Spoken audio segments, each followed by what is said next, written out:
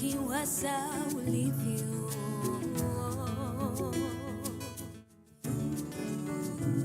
Sauti yako tu mpenzi yanichanganya bu.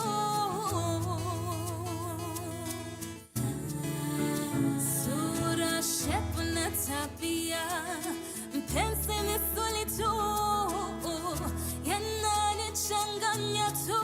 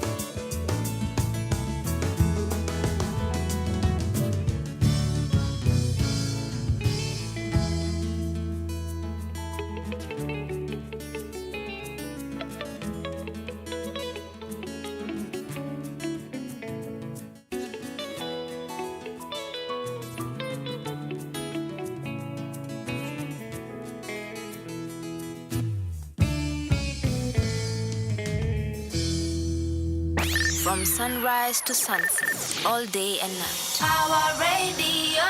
Alrighty, Is vipi watu wangu? Welcome.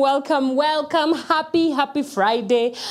Wherever you're tuning in from, this is Power Up, where it all happens. Yes, the good, the bad, the ugly, all of it. We discuss it right here. You are tuning in to Power Up on Power Radio. My name is Wanyoike, and remember, unaweza get in touch na sisi tuko across all our social media platforms. Power Radio on socials, Facebook, Instagram. You can also find us on our YouTube channel, Power Radio, as well as our website, www.power254.org/Power Radio. My God, tumewamis. And I'm not here alone. I am here with my team and gang of injectors. Yes. Hey, mko aje? Tuanzie na DjCj. How are you? Mimi niko na appetite. Uko na appetite. Ya nini? Nidhani wewe ni vegan. Kutandika tu watu leo. Kutandika watu. Leo? Yeah. Subaru ingoja hapo chini. Okay. But how are you? How has your week been? I'm great. Mm-hmm. Yes. Given the circumstances, as I always say. Yes. You know, You're doing much better. I'm doing as good as any Kenyan facing a killer government can do. Yeah. Yes. So on that standard alone, you're doing better. Yes. You're doing better. Yes. All right. Good to see you. Mm-hmm. Yes, Mr. Elijah Mose. Hey, woza. Bana. Kwani unisikipo leo? Ala. Tunakusikia. Mimi niko poa. Naendelea kuzoea. Unaendelea kuzoea? Unazoea nini? Nazoea. We will not zoea. Yeah. Wiki imekuaje? Sasa ni kuzoea alafu hatuibongi. Yeah. Lakini tunazoea tu. Yeah. Kiangu imekuwa kawaida. Hakuna do. Tutafanya. Nothing new. Kukao. Pole sana. Anyway, we are filling in. Our host is away in Kisumu. Shout out to Bena. Benanga kusema large up yourself. Omena, come with Omena bwana. You better come with Omena. Yeah. Yes, indeed. Yes, so tuko na an amazing hot show lined up for you. Leo our main topic of discussion itakuwa BBC expose manze. Blood Parliament. What in the Blood Parliament was that? So we are going to be looking and unpacking everything that has happened, over this past week from that BBC documentary, what our Kenyan members of parliament also had to say about this, the reactions pia pale kwa ground, and all things in between. But before we do that, of course, let's just get right into it. The first story of our day, manze, juzi, the member of parliament now slain, Mr. Were, Charles Were amepatikana pale, amepatwa na msee assailant pale along Ngong Road, wakamfanya ratata, and he's not anymore. He's no more. No, that was Photoshop. He killed himself, yeah? He killed himself, yes. Should we move on, yes, sindio? Let's just move on, sindio? Yeah. So walisema to move on. Jaribieni kuwa human. Yeah. Tit for tat wagaiwaka. But why are we the ones who are always expected to take the high road? Yeah. And for the sake of the family tuambie kwanza pole. Kuna watu wanga pale innocent. Yes. Ama wanasemanga mtoto wa nyoka ni nyoka. Wanasemanga mtoto wa nyoka ni nyoka. This one, I'm not sympathizing. Okay. Because of one reason. Why? Nimeangalia many stories behind that story. Yeah. Akona dark past. But there's this actually, I think I have it somewhere. There's a lady who was associated with this guy. And the family has never seen that lady. And he got that lady in the name of anaenda kumtafutia job. To date, they have never known where their daughter is. Hadi wa leo. Why are we supposed to feel sorry for him? That is his life more precious than that lady's? No, there's something I call exceptionalism of politicians, especially Kenyan politicians. Wanaonanga ni kama wao ni wa invincible sana. So kuna above the law kwa ni uongo. For a while, wanakuanga above the law for a while. Wanakuanga above the law for a while, and then law inawaonyesha, by the way, nyinyi pia kandakas. Yeah. But there's one reaction that I really I think it just summarized my thoughts. Yes. And this is from my friend called Mesh Musyoki. You know Mesh? He said, during a debate in parliament regarding the senseless killing of protesters. The MP for Mandera North affirmed that people are killed every day. It's not a big deal. Yeah. We sympathize and move on. And move on. I agree with him 100%. Let MPs mourn their colleague who has been shot dead last night. Hey. Sisi haituhusu. Haituhusu hata. We sympathize and move on. Yes, and you know, the Standard newspaper actually came with receipts today. On the cover page of the Standard newspaper today, there was a screenshot of some of the reactions from X, from Kenyans. And one of them was, if we continue at this rate, 1 MP per month by 2027, Kenya will be corruption-free. Sisi tumesema hiyo. Of course, but... Lakini ni ukweli. Ni ukweli. Another Kenyan said, we also mourn the demise of the 5 people who were killed in Angata Barikoi. So in short, let's move on. Let's move on and let's discuss the things that actually matter to the Kenyan people. Another person was like, let's sympathize and move on. Gen Z used to abduct themselves. Yes. I think Honorable Odongo shot himself too. So I think tunaona street ndo. Yeah. Ile watu wanasemanga kwa street, marehemu azoe kaburi. Mapema ndio best.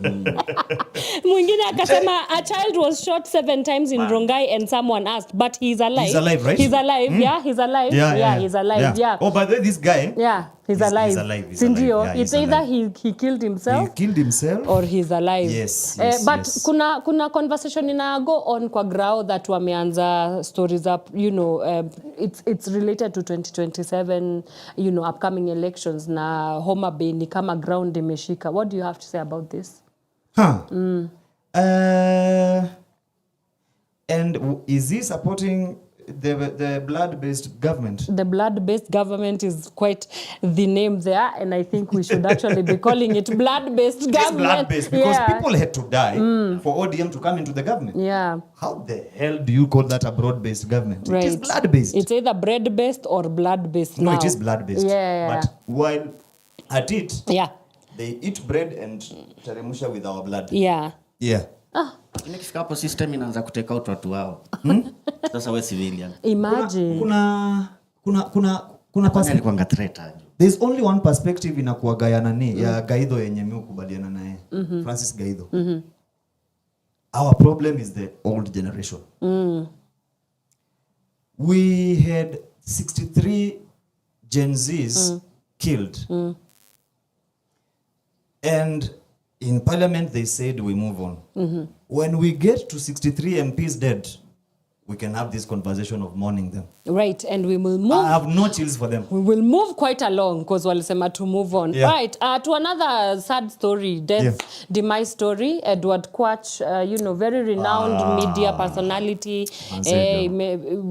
You're to move on from, you know. No. Yeah. Now that is a Kenyan. Now that's a Kenyan. Yes. Now that one we can celebrate his life. That one. Yeah.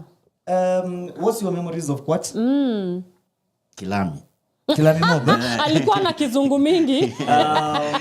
Na wewe? For me, Kwach ni msee mmoja amesaidia careers mob sana. And I think my first interaction with this show was on Nation, if I'm not wrong. Yeah. And I have seen many messages of guys who have celebrated them. And the one that really hit me was Maina Kagenis. And they were a clique of guys. Yeah. Na alikuwa amesema at some point wakiwa tu kwa hangout walikuwa wanasema kuna mmoja wao ataenda mazishi za wasee wote. Kuna msee hataona mazishi ya hao wengine.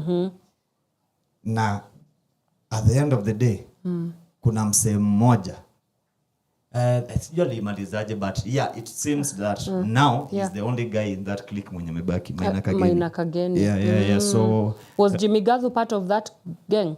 No, alikuwa ameweka majina zingine. Okay. I don't remember the names exactly, but Kwach was really a solid guy. We celebrate him. Ni msee amementa wase wengi sana kwa media. Ni wale wase wanafanya kazi in the background. Yeah. Lakini contribution yake ni immense sana. Yeah, ni major, yeah. Bana na today msikia na tu scandal nini. Amekuwa kwa game for long. Ni OG pale. Sana by the way najai kwa msee wa makiki. So we really celebrate we him. salute you Mr. Man, you know, me kwanza his voice. Voice, golden voice. I think most of the voiceovers, I even think most of the voiceovers when you grow up nikisikia, it was him. It was Kwach, it was voiced by Kwach. So may his soul rest in peace. Right. Then we also have a story here about a blogger, Emmanuel Maleve, that was abducted for writing an article about Kitui South MP Rachel Kaki and calling her queen of corruption. Again, unfortunately, we woke up and found ourselves being Kenyan in this regime. It's another story of media censorship and the government not being so excited about anybody who has criticism against them. So what do you have to say? Unataka kumaanisha mother alienda ka report. We don't know. No, this one is the typical impunity we always talk about. Because ingekuwa ni kureport angearestiwa. The guy was abducted. Na akafichwa. Currently umeniambia ameresurface. Mutaiga. Anafaa kupelekwa court I think kesho. Next week I think. So we are being arrested for having opinions and unatoka kitu hiyo najipata Mutaiga. Sasa si angemroga tu. Na acha nikwambie kitu moja. Umenotice regime. Mbona wanasumbuana si angemroga tu. By then wako kwenye. Kitui. Kwa sikitaamini wa makweni. Lakini unajua shida ni nini? Wote wako huko. Sasa shida ni watu wako huko. Hakuna mtu anaweza tingishia mwingine miti. Unaweza unaweza gonga irudi. Na inarudingi? Kama hujajiamini. Wewe. Na ikirudi kwangi fiti. But manze again ni hiyo tu impunity yenye unasema. Mbona like we don't have to deal with this. It's tired. Lakini regime unaona vile watu electwa mama juu mama wako na wako na utu. Au mama mwingine regime ni Wangori. Hebu angalie karibu wote. Kisanga iko Machakos bro. Bana. Ile Kisanga iko Machakos. Meru, Wanakuru. Wanakuru anaran county kutoka New York. Yule ako US. Anapiga hivi kimarionette. Nini They have the audacity to say that there is a plan against female leaders. By who? You are your own enemies. That is a conversation you guys are corrupt. You want us to ignore because you're a woman. No. But so it's unfortunate. I think we have leaders who are living in the past. They don't read the mood of the room. They don't understand that Kenyans moved on from them long time ago. And they don't understand we have a right to ask where our money is going. I mean, if you have been called corrupt, it is you to prove that you're not. Right. Na kuna kitu moja inasemekanaga na wazungu. The guilty are always afraid. Yes. Even you should be afraid if you're guilty. Like I am today. I know today I'm going to be guilty of criticizing the government. Wewe sema tu hivyo pengine washaanza kukuitia nini huko chini. Mimi wanakuanga hata ndio na TikTok wananitumia tomacho. DCI by the way msisumbuke. Wajue kwenye watakupata. You fear no one. I'm too thin to be Oh my God. Okay, let's take a quick breather. You are listening and watching and tuning in to Power Rap on Power Radio. Yes. Leo tumekwambia show ni moto. We are going to be looking at the BBC documentary Blood Parliament. And so, hiyo ni conversation ambayo haufai kupitwa nayo. Let's take a quick music break. We will be right back. Right. From sunrise to sunset, all day and night. Power Radio.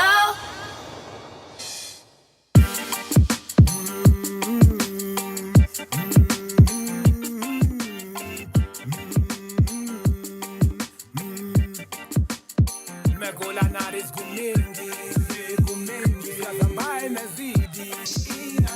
Nimewacha kuwa zaidi, so round this mimi ni muzika. Mambo ya metoko, DjCj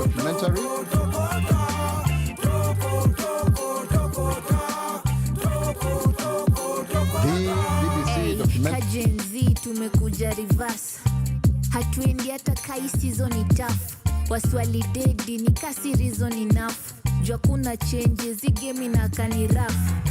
Wanadai tubonge, jua nina tuna kazi toke. Basi swanyonge, parliament iliona moto kote. Hakuna shock day, serious Mr. Speaker. Gazote. Manamano ikosi, hatuwezi kubali kusota wote. Nikutana mask na Colgate, na vile igavani hopeless. Imani tuweke kwa saa God, hakuna kulamba kikombe. Taxes high, hatufumui hata hewa ya jana. You speak of poverty, na watu walidedi, woni hasara.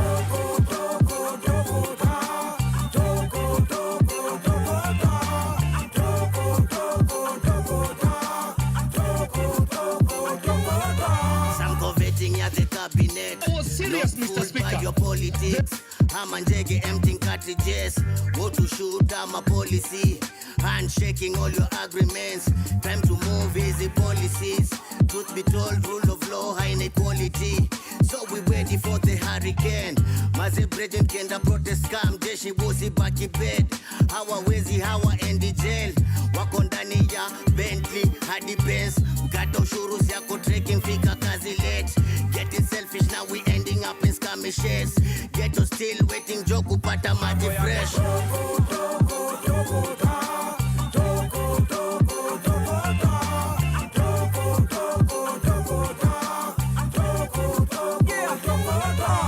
Kilipuzi machozi kilitokotwa na slum upgrading. Ika-cause demolitions, micro-migrations, transit na mobility. Kikatokota martini, wale ma-emancipated minor. Na hali ya uchumi kupanda vilipuzi vya machozi vilianza na uongozi mbaya. Na bora kiongozi wa kutoka kabila la kwetu instead of kiongozi bora na siasa kasoro ukombozi. Sasa waandamanaji wamejaa ghadhabu za Kikristo, ila roho zao za ki-anti kiongozi ni za Waarabu. Uliza vidole sita oyole, mkono mtupu haurambwi.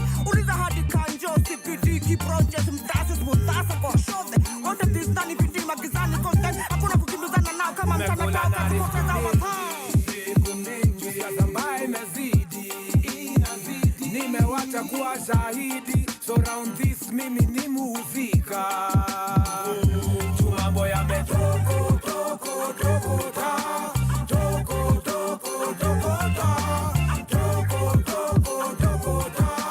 Toko, toko, toko, ta. I was serious, Mr. Speaker.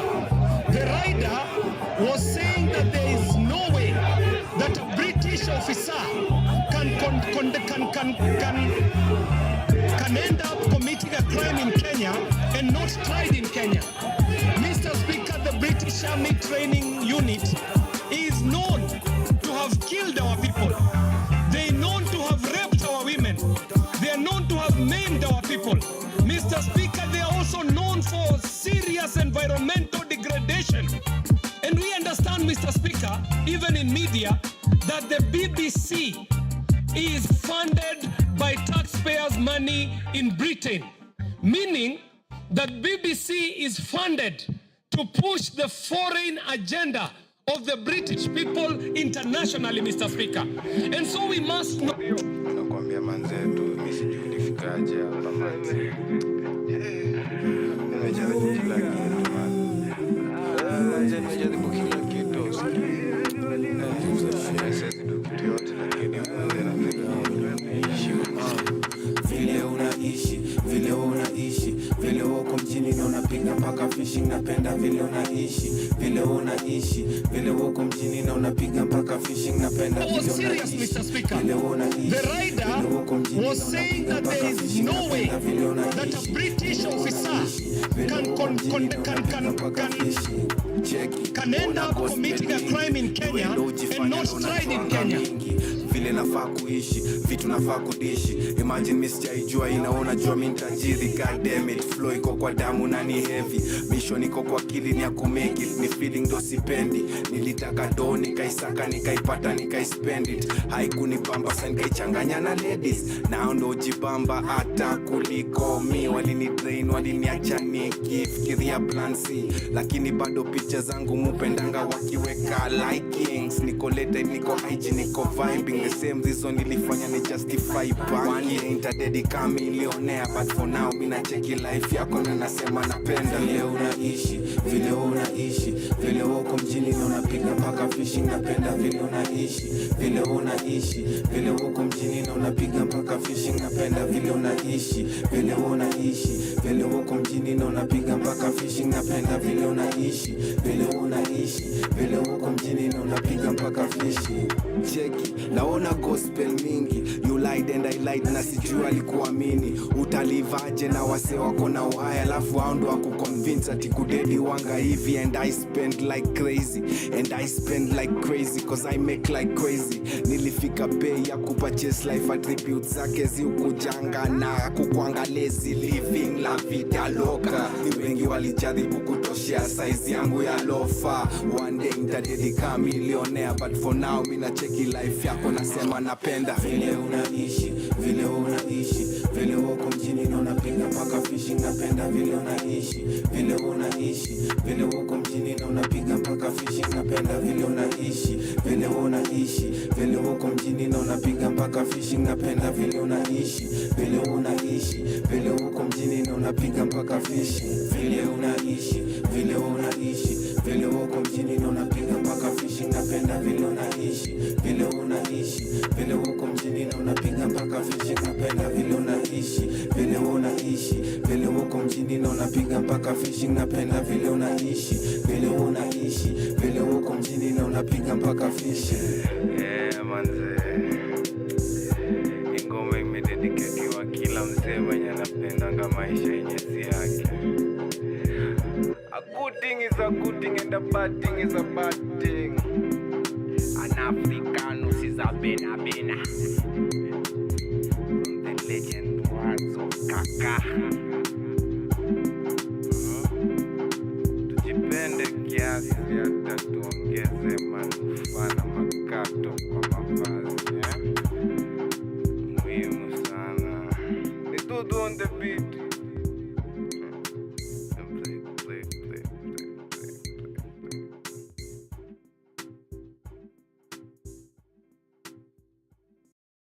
From sunrise to sunset, all day and night. Power Radio. All right, welcome back. That was Naisul na inacheza hapa hivi Power Rap on Power Radio. We are still here with the gang. Na bado tunaongea kuhusu vitu ambazo zinatuhusu, vitu za kumove on, vitu zingine zenye tunastay vile tunaishi. Wewe unaishi aje wewe? Unaishi aje? Mimi naishingi tu kwa imani ya Mungu. Sina imani kwa gava kabisa. But unajua nimekumbuka kuna video resurface ya the now demised dead slain MP Wakasipul venye alikuwa anasema ati hakuna ati nobody can share his life because he has a Bible in his phone. That's what he said. Do you see the mindsets we are working with? Imagine, that's what he said. Yeah. And now he's not anymore. Actually, if you listen, sijui kama umesikiza ile speech ya Uhuru yenye alipiana akiwa UG. He actually summarized Africa's problems in that speech. And one of the problems was himself leaning by the I hope he said, I'm part of the in fact I am the whole problem. Me, my family, all of us, we are part of the biggest problem. Alisema part of it ni leaning on religion to gain power. But it's strategic though, because they know it will work for Kenyans, especially because of our dynamic Will it continue working though? Yeah, we might take like maybe 50 years to get over that, but naona kama ase wa SK walikataa hiyo maneno. Walikataa, but kukataa ni kitu moja, but will it be actioned? Like wanamwambia wewe kuja tu kama mtu mwingine. Lakini mambo ya kupanda hapa kwa pulpit. Hiyo ni kutuenjoy hiyo sasa. SK ni Anglican. Anglican na Catholic wanaongeanga lugha the same. Yeah. But you see those churches. Yeah. Those churches are not known for excitement. And politicians don't need the mainstream churches. Politicians need the helicopters. Those newbies. Yes, because those excitements hizo ndio wanapenda. Na unajua hawa say when hizo church za excitement ndio rahisi kuuzia uoga. Because kwanza hawa say wanakuanga ni kama msichana anaenda kwa mganga. They always know that kuna shetani yako mahali ananimaliza. So msi akikuja kuletewa saa uongo ya shetani Politician na shetani wanaongeanga lugha moja hivi. Yeah. It's unfortunate. So, institutionalized religion, and I am a Christian myself, so of course I get it. I know. Do you guys accept politicians in your church? No, absolutely not. We don't have time for them. Why? We don't have time for them. That's But by the way, we're not. Kwa nini wanapenda machachi za ocha? Have you ever noticed? But then mshay notice aje church funeral? Wanapenda sana hizo hizo. story because you're the most vulnerable maybe when you're mourning. Not only that. Ni crowd ya bure hawajalipia. Yeah. You see, and it's very disrespectful. Mbona unakuja kwa funeral ya msee alafu Unaanza matangazo. Yeah. Waliendanga kwa matanga ya uncle ya Mos. Wakaenda wakaitana hiyo mbogi. Ati watu wamekuja like 15. Hata hawajawapati. Hawako kwa program number 1. Alafu wameitana ati waongee. Wewe. Walipomborushwa my friend. Walijua wajui. What? Walikuja wakawasha wenyewe. Msa amededi hapa ni wa kanisa. It's not gonna happen. Yeah. Mpaka wanabishana ati wacha tu tuwasali hapana. Hatutaki. Wow, anyway, yes, manze, uko tuned into Power Up. Let's continue with our conversation. Yes. Now, there's a man like Georgie. A man. Kuna huyu boy. Yes. Manze ameona mimi siwezi kakaa tu hivi. Amefikiria tu maisha yake, and one of the brilliant ways that he has decided to make a living out of himself is faking being on American Idol. He's been really doing an amazing work in editing himself into American Idol. America Got Talent. Anapata do, and he's set up a whole fake foundation and he's getting money out of it, manzi. Akili mtu wangu. Neza mwambia tu big up. Tuna follow in the footsteps of unajua. Children copy notes faster. Yes. But jamani talented. Talented. That's what I keep saying. It looks real. Yeah. It looks real. I was 17. Watching. Imagine. Now tell me this. Wow. Na anaweza act mse. Sasa let us contrast. Tunatoka hapa kuongea saizi about MP mwenye anasema hakuna mtu anaweza mtishia juu ako na Bible kwa simu. Yeah. And this is now a talented Kenyan. Yeah. Who can use his art to the point mnadhani ni American Idol ya ukweli. Unafikiria kwa hapo mpaka ile part ya interview akiwa peke yake. Anaulizwa maswali hadi crowd. Mpaka analia. Yeah. Ile baza ile sijui $1 million. Yeah, ile golden baza. That is the kind of talent. He is just a representative. 17. But that's at least he will be a voter in 2027. That's what we need those skills. We need those skills on the ballot, by the way. Oh my God. But no, to speak on a deeper issue, right? Manze vijana hawana opportunities za kukava out. It is bad. And so niambie George sasa people he might be arrested if at all he's not yet been arrested, but you look at the flip side of it. Tell me If foundation yenyewe copyright issues si anapewa doctor kama juu si wa Kenya wanampea hata wa Kenya wanampea wanampea so kuko na court hapo wanaweza muarrest wanaweza kwanza copyright copyright you see American Idol copyright you need them to complain uwezi muarrest kama una complainant right. But what they may charge him with is false pretense. Yes. Hiyo ndio za minor. But akona akili wewe. Ni amenibamba. Ndio nakwambia he is a representative of who real Kenyans are. Yeah. We are creative, we are talented, mna kazi ya opportunities. Editor mnataka. Ni kama ndio umekuwa tukitafuta editor. Social media. Itabidi tumetafuta George. Man like George. George anaweza kaka kwa ndege watu fikiri umeenda state tu. Kwanza unajua leo nimepatiwa pesa ya Rwanda na nilikuwa natafuta mse anaweza kunipeleka Rwanda. Nitafutie ni pesa. Nitafutie namba ya mse. Yeah. But amesema hiyo ndio hiyo. Ndio hiyo hapa ni faranja. The for so sorry basi. Inaitwa kuna wanaitanga Rwanda. Amafaranga. Amafaranga. That is what they call money in Rwanda. That's why you even Amafaranga. Okay. Yeah, but no anyway boy we need to follow up with him. I think he has a great a bright future ahead of him. He just needs to be like the way CIA ukiwa hack wanakupatianga kazi. Mm. This is the kind of talent we need in government. Lakini unajua sasa ubaya hapa Kenya. we kill. Unaona Yeah. mtu anapata do hivyo. Yeah. Sasa umtafuta juu ya do. Yeah. Oh, Si ati amshike. amtafuti crime, anamtafutia hiyo pesa Hiyo do. wagawane. Hivyo ndo inakuanga. Ngori. Mtu anganizi mangori kubwa kubwa za dokai. Kuna mahali upeleke. Na speaking of Masanse, umeona this week that Law Society of Kenya may win case against plainclothes That was policing. like I celebrated in For my once, house. yeah. Bana. Wow. The only problem, One happy thing. the only one thing I'm worried about. Yeah. Hiyo pesa unaona gava ikilipa wewe? Sidhani. Haiwezekani. Gava ilipe protest I lost all 100,000. my hope in the government. Walipewa 2.2. Hajatoka. A total of 2.2. Hajatoka. By the way, we have a history of government never paying lawsuits. And they can't. By the way, they don't. won't. Unasikia Mimi niko nafikiri do washapewa. ni court imeaward. Lakini gava ndo itoe pesa. Ni gava itoe pesa.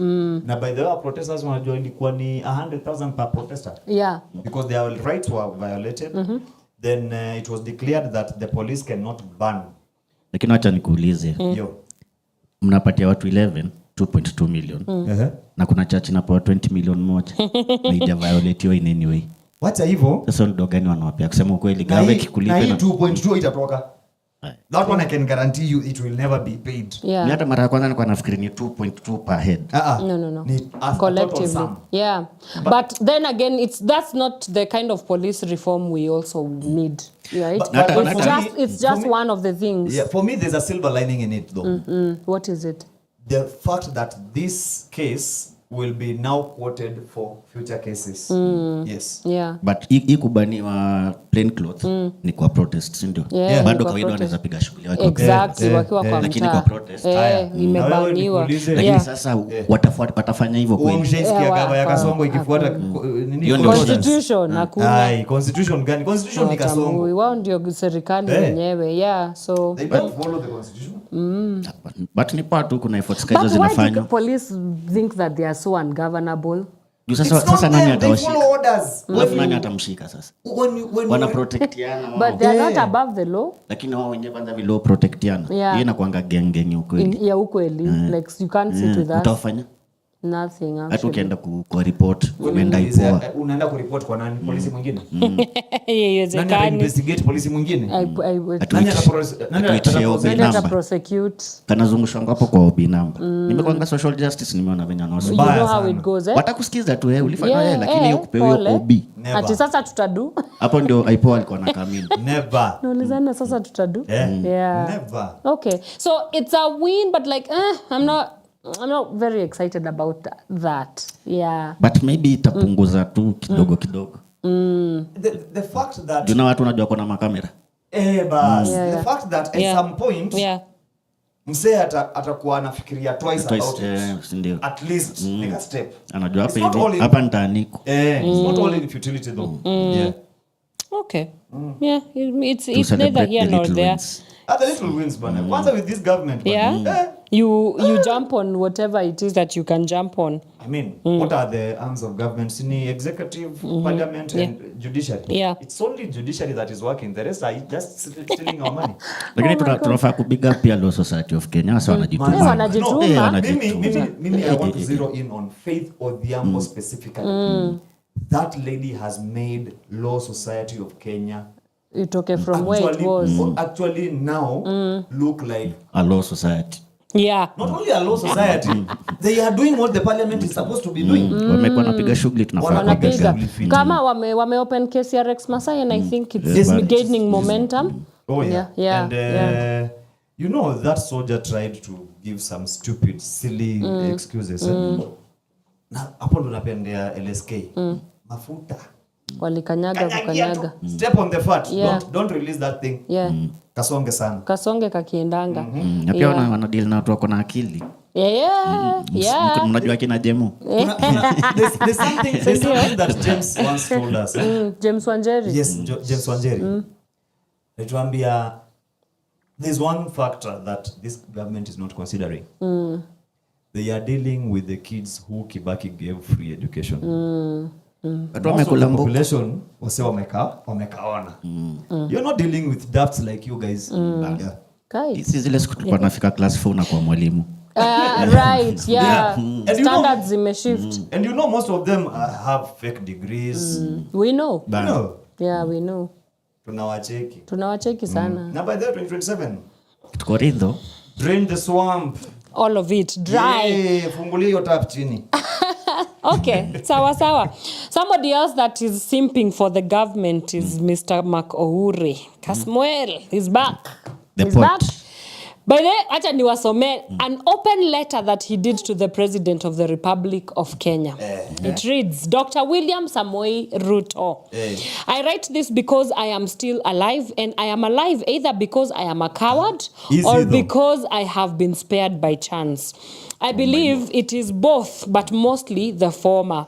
I write with a quivering voice and steady hands and a disillusioned mind. Social media may not be the most dignified forum for addressing a head of state, but it is where you first heard my name. I will not seek a meeting. The gatekeepers around you will not permit it. And even if they did, I would have little to say that has not already been spoken. Some of it in the crimson blood of slain youth, some of it in the haunting silence where their laughter once lived, and some of it in the yawning voids they've left behind. Mr. President, I invoke your own story, not to flatter, but to awaken your empathy. I do not seek your sympathy. Sympathy is a child of privilege. Empathy, however, is a bridge between equals. We asked for accountability, for an end to the theft that masquerades as public service, for a debt audit because our futures are auctioned off every fiscal year.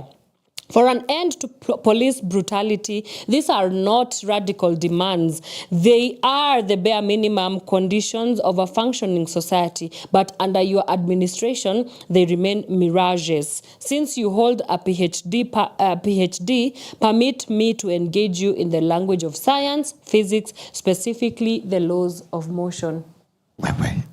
Kusimpa makusimp. Too much English. In politics, nothing happens by mistake.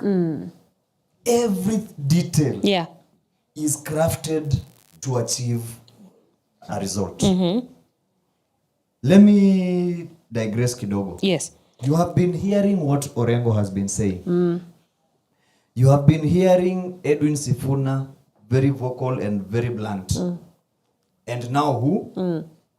Raila is preparing the ground to jump. The only problem is, when does it stop? He has to jump 6 months to the elections. Mark this video. It will happen. Yeah. Utakuniambia usi our inside man. Makoure. Inside for who? For himself. Kama squeeze amekuwa politician.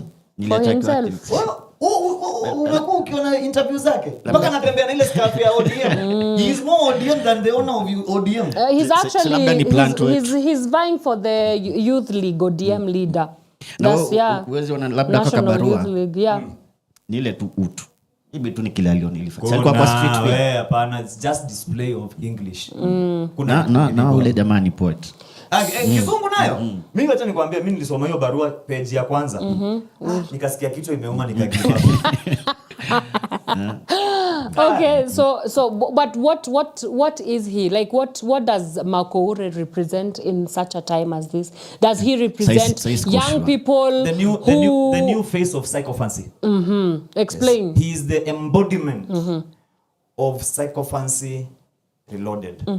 Because if you hear how he talks about Raila, hata sijaisikia ameongea kuhusu Mungu hivyo. Huyo kijana akigrow up atakuwa KJ. atakuwa KJ.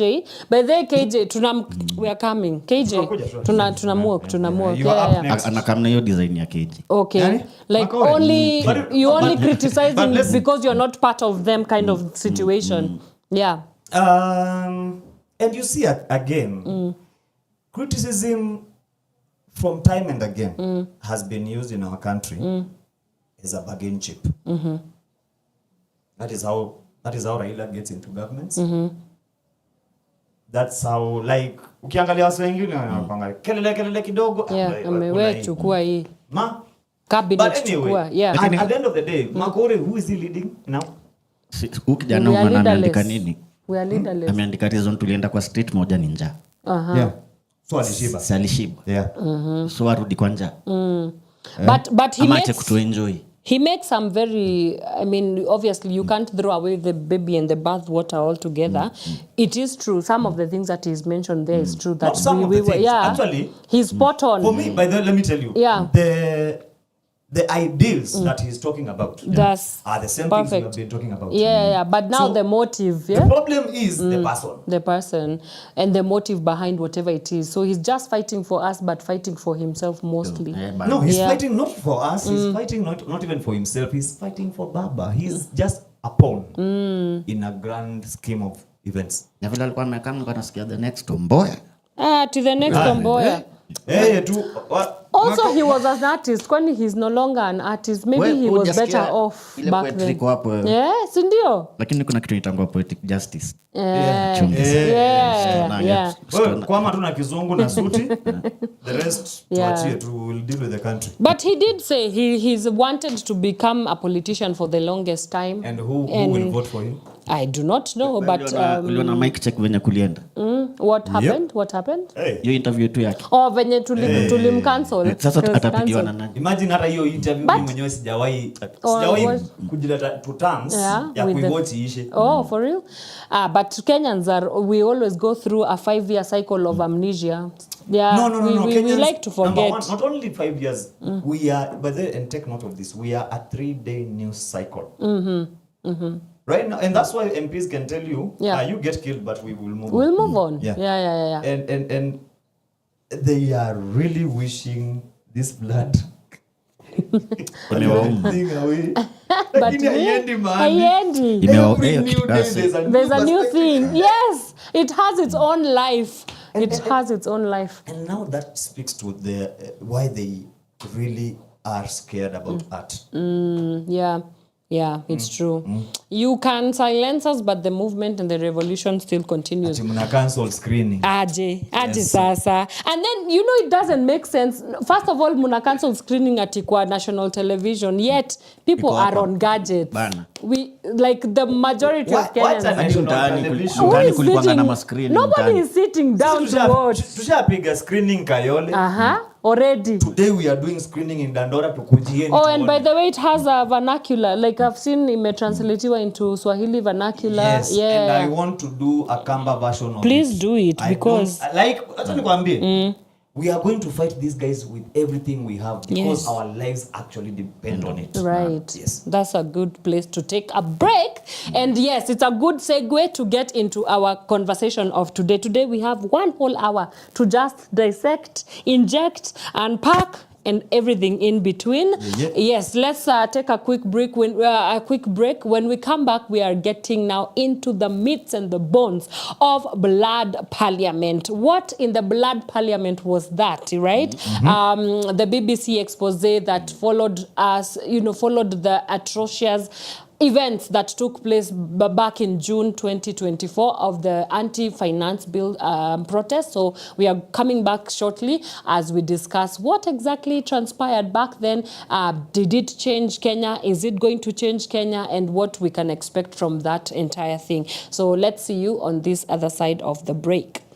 From sunrise to sunset, all day and night. Our radio. Mashariki ya Afrika, Truth Label.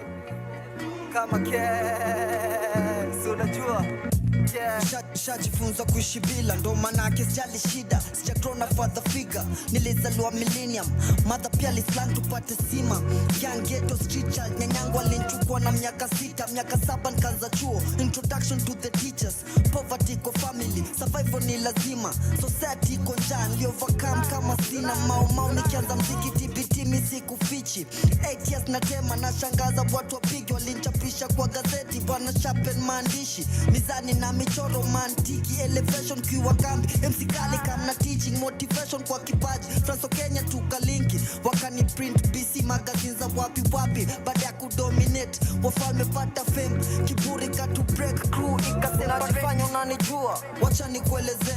Nilizaliwa kejani, I've been 6 since then. Mama alikuwa 16, papa 6 feet dead. So gopi na sichoki, sito na win bread. Unajifanya unanijua, wacha nikueleze. Nilizaliwa kejani, I've been 6 since then. Mama alikuwa 16, papa 6 feet dead. So gopi na sichoki, sito na win bread. Saina lipo juu ya subra kwa inadi legalize. Nigga tell me what's the price, upuzi minimize. By the time na turn 10, kila track nafanya magic. No time for yapping, my shit got classic. Walidhani minda dunda, midhili ya Mr. Nice. Nikitokea finali, washowetishe maji. I did a lot of practice, meka mkupiga hat-trick. No room for relaxing, vina navo divide. Uneza dhani geometrics, mziki linsomesha. Naika pay bills for mommy, happy meal na McLaren. Kwa 11 nili top chat, nyuma na mafan. Wana ride nikiwa mtagwan, maheta pia kibao. Sijaka taku brush rat, kategori ya master. Providing for the whole family, kifika show na smile. Na mawazo zmenija 12 na my disciple kama Popo Vatican man. Unajifanya unanijua, wacha nikueleze. Nilizaliwa kejani, I've been 6 since then. Mama alikuwa 16, papa 6 feet dead. So gopi na sichoki, sito na win bread. Unajifanya unanijua, wacha nikueleze. Nilizaliwa kejani, I've been 6 since then. Mama alikuwa 16, papa 6 feet dead. So gopi na sichoki, sito na win bread. Papa prunli kwa the last born, 13 but very sharp. 14 MCs na crash, 15 na deal na wap. 16 in high school, them days na hata class. Kwa block selling stuff, gin taxin. 17 nimejam na wazing wamejipin. Bugizi na mavelo tona dim. Mwili koka Nairo na akili Palestine. Rumors katembea niko mahali nikisniff. Nimebeat niliquit siko kwa scene. 18 naingia klabu, natoka na maping. Mangati bwana breeze, poteza uncle 19. Chorea shughuli ya zini feed, nikajaza book na ink. I had to do or die. 20 nikaanza scripture, nika record street life. In memory of Kinkland. 21 guns salute, DjCj tukibisha. 2022 had to focus on myself. Kitahana asante neza putu on your plate. Unanijua, wacha nikueleze. Nilizaliwa kejani, I've been 6 since then. Mama alikuwa 16, papa 6 feet dead. So gopi na sichoki, sito na win bread. Unajifanya unanijua, wacha nikueleze. Nilizaliwa kejani, I've been 6 since then. Mama alikuwa 16, papa 6 feet dead. So gopi na sichoki, sito na win bread.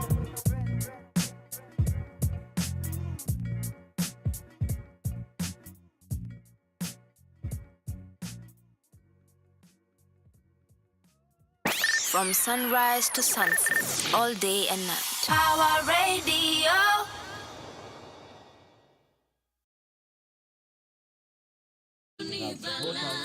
Afande sitoi yangu nina makosa sitakata. Dada sigawe mzigo upate janta ni swara. Silali sijibiwi corruption baby when ni bala.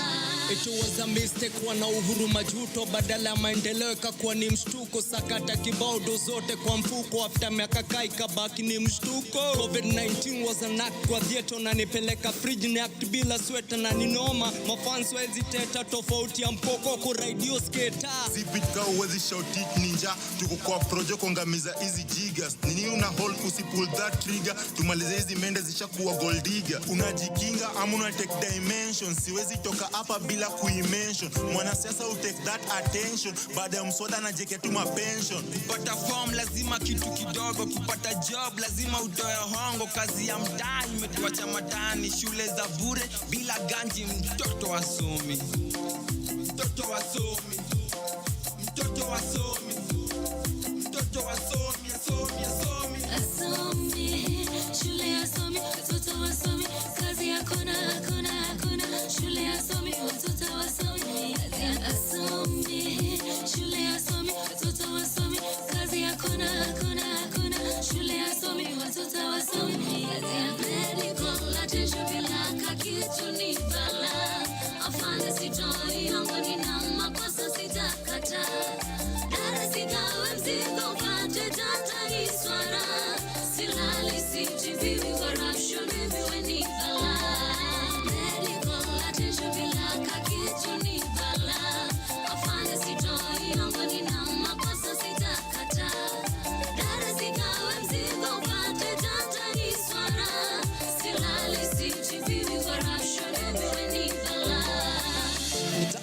tumejaza street bila lights.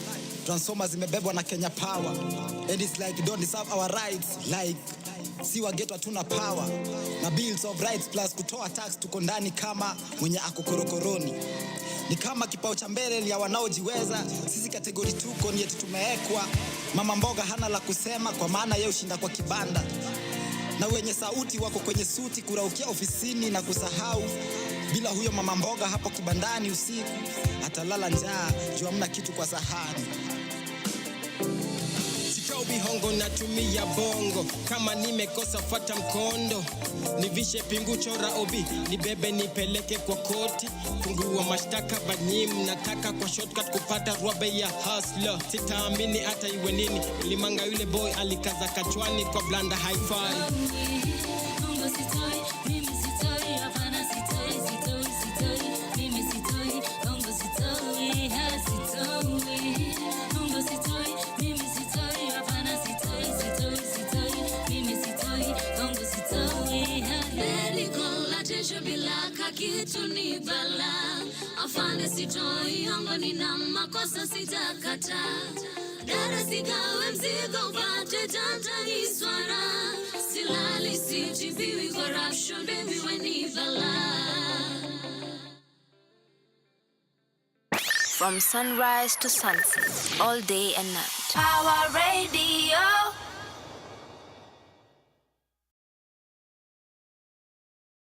Mr. Speaker, sir, I'm here to address you. Mr. Speaker, we don't fear you. Tuko ndani, we stomped inside. Condolences to the families and friends of all the Gen Z we lost 2024. Our freedom fighters, our heroes. I'm offended. Little. I'm more than offended, bro. I'm disgusted. Aje sasa. Yeah, skiza. Ini more than just music. Ini chant, ni gas kwa wabuze.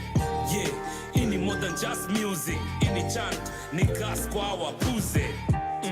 Ini more than just music. Ini chant, tunakaa sawa puzi. Leo anatuona tuliwavotia tu juzi. Saini ya aibu gani? Na mkipiga magoti nyuomba Mungu mgani? Na under your watch mmeua watu wangapi? Kennedy Onyango 12 years Rongai. Denzel Omondi mlimchukulia uhai.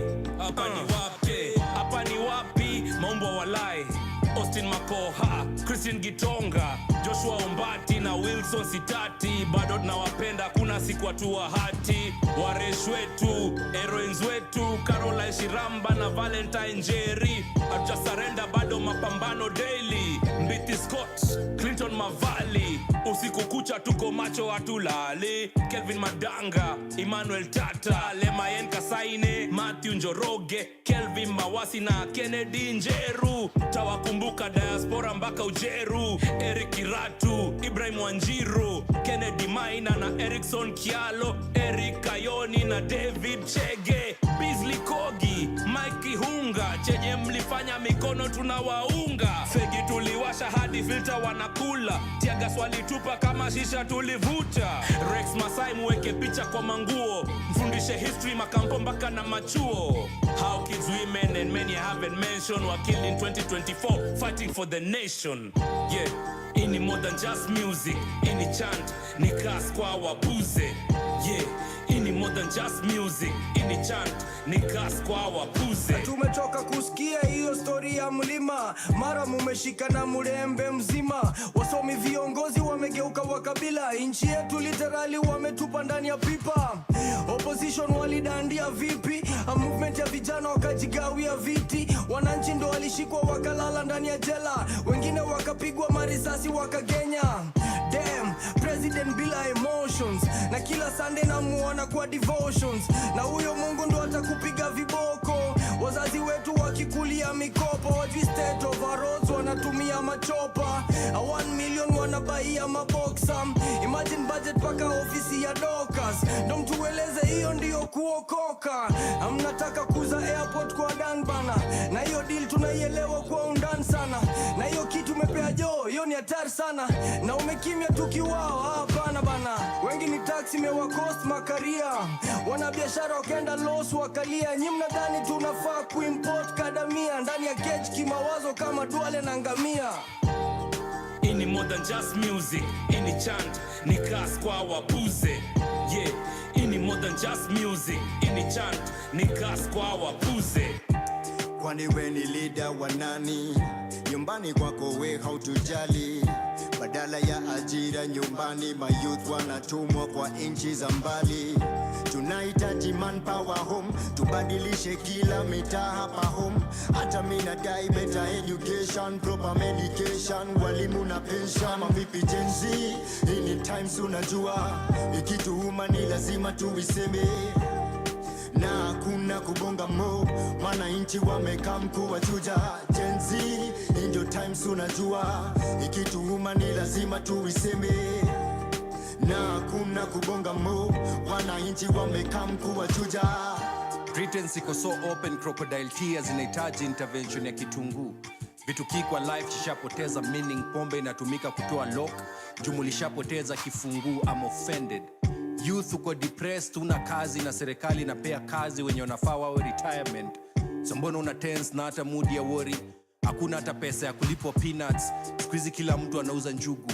Si wenzetu wakati wa kura ndio nakumbuka kutuita mandugu. Serikali ingekuwa inajali what we say, parliament ingekuwa na headphones na sio speaker. Mchana wanalala bunge na usiku wanataka night allowance.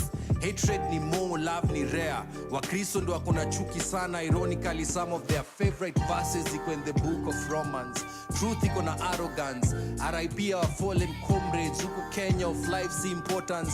Let's teach our girls. Squeezy wengine wanatumia miadarati ndio wawe women of substance. I'm offended. We have a long way to go as a country na sio distance. Wafungwa bado wanaibia watu wakiwa kwa jela, propaganda ndio ina sell. Hapo State House wasikudanganye na deeds. Wataki kwenda heaven, wanaogopa kwenda hell. Wasikudanganye na words, body language can tell.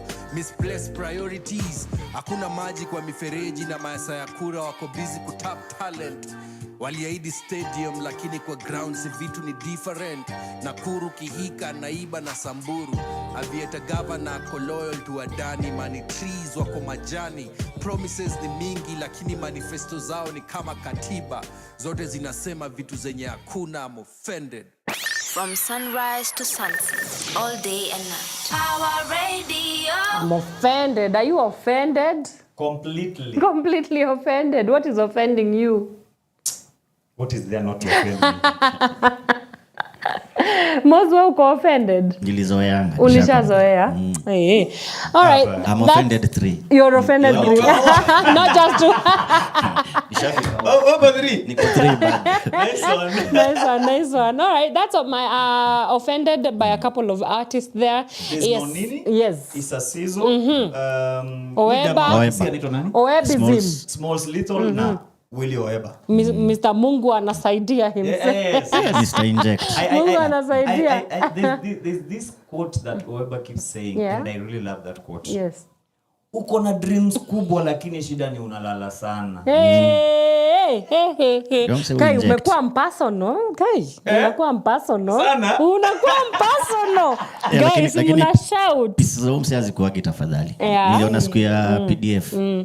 Alishtuanga ule buda wako street waje ule Hassan Omar. They could not believe I think they will not believe. They still have this moism in their heads that we are going to be afraid of them. Manze, there's a new government. It's called Oebaism. From moism. Aliwapiga. Nice one. Walikuwa wamepanua tu mdomo. Hawakuamini. Alafu wakajaribu saa kumuattack. Crowd ikaingia. Yeah. So anyway, things are boiling down nicely. Oh yes, tuna cruise. Manze, tuko Power Up on Power Radio. Yes, where it all happens. And you can still get in touch with us on our social media handles. Tuko Power Radio across all socials. Na wacha to give a shout out to Rap Fanatic 111. Hey, jamaa. Hey, anasema what up fam? What up? Waza. He's saying he's hiding in the morgue with his girlfriends. I think he was talking about Kasipul MP. Yes. That's what he was talking about. He's just hiding. Lakini kumsema bado ni mfani. Ni mfani sana. Who goes to hide in the morgue with their girlfriends? No, but thank you so much for tuning in. Alafu pia nasema huyo boys apewe kazi na PR team ya Zakayo ako talented mbaya.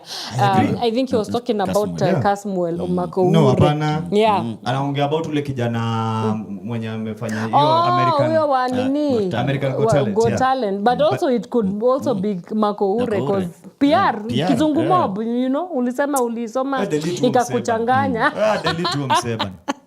Yeah, manze, sawa. That's amazing. So, yes, as promised, manze, tunataka to dedicate the next half of the show ku dissect na ku inject about this. So, BBC, you know, they came out with a documentary. Yes. The documentary inaitwa Blood Parliament. And it's a 37-minute expose on what exactly happened. They were trying to make sense of what happened at the June 2024 anti-finance bill protest. Of course, this is an event that changed the course of Kenya for good, and a lot of reactions. But before we even go further, DjCj, what were your initial reactions when you first watched that BBC documentary? I felt like finally what DCI and police have failed to do, deprived Kenyans of, has been done. That was my reaction. Because there's this song by Alan Jackson called Where Were You? And he asks people, where were you when the world stopped turning on that September day? He talks about the September 11th. Yeah. For Kenyans and for the generation that we are living in, June 25th was our 9/11. Was our 9/11. It is that pivotal. And that day we were in the streets with you, right? Yeah. And the one thing that, and I keep saying this, these guys think we are living in the 60s. What I really, really, really loved about this is that technology came to save us. Okay. Yes. Those were your initial reactions. Yeah. Moz. Mi reaction yangu. Hata nikupe scenario. Yeah. Sema kuna kitu moja jaribu kukuambia, uniaminingi. Alafu msemo mwingine akwambia the same thing with evidence. Ni ile unasemanga thank you. Unaona hiyo? Hiyo ndio ilikuwa hivyo. So ilikuwa hivyo. Yeah. But then it also reminded me that just 2 weeks ago. Lakini hata ile interview ya kwanza wako wanajua kitu iko ina come their way. Wako wanatambua ni kama. Kwanza tu ile interview. Kwa Ngori. Interview gani hiyo? Ya BBC. Ile wait. Interview ya Kimani Ichung'wah ama gani? Hiyo interview ya Al Jazeera. With that interview, hawako wanaonani watu wameanza kukatch up to them. Kwanza ma media house. But you see when you're eating. Alafu kitu kingine anishangaza. Kwa nini wanashangaa? Ni kama utoke pale. Uchafue alafu urudi ushangae. Oh my gosh. Ushaiona high school bully. Alafu amepigwa na kajama kamono kadogo. Wako hivyo. Ni ile because you see, number one, they didn't get into government with the intention to serve. Yoni kitu tumesemanga. So accountability for them was not even in the menu. Right. To start with. Hiyo ndio kitu nawashangaza. Mbona mnatuuliza maswali nyinyi na nyinyi ni lakini hata kitu kingine mimi nashangaa. Hata kuanzia hizo siku za protest. Yes. Naweza sema kulikuanga na wanaitangwa citizen journalist. Sisi mtu kiwasha. Hizo clips ziko. That's evidence. Kwa nini nawashtua hivyo? Mbona nawashtua? Mbona walikuwa nataka? Alafu ile kitu inanishangaza zaidi ni kusema ati wako kuendea government tutaita nini? Clarification kutoka pande yao. Sasa walikuwa na expect work now wafichuli ile kitu walidu. You know what? I pity the government spokesman because as a person he's actually a bright guy. Amesqueeze kaka kona kingine hivi.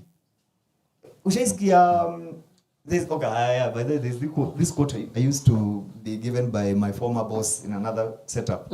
Alikuwa anasema never hire smart people just to give them stupid instructions. That's wow, that's very profound. Whether ukicheki ya kibonga. Yeah. Akuwa yeye. Hata yako zile za guy. What am I doing?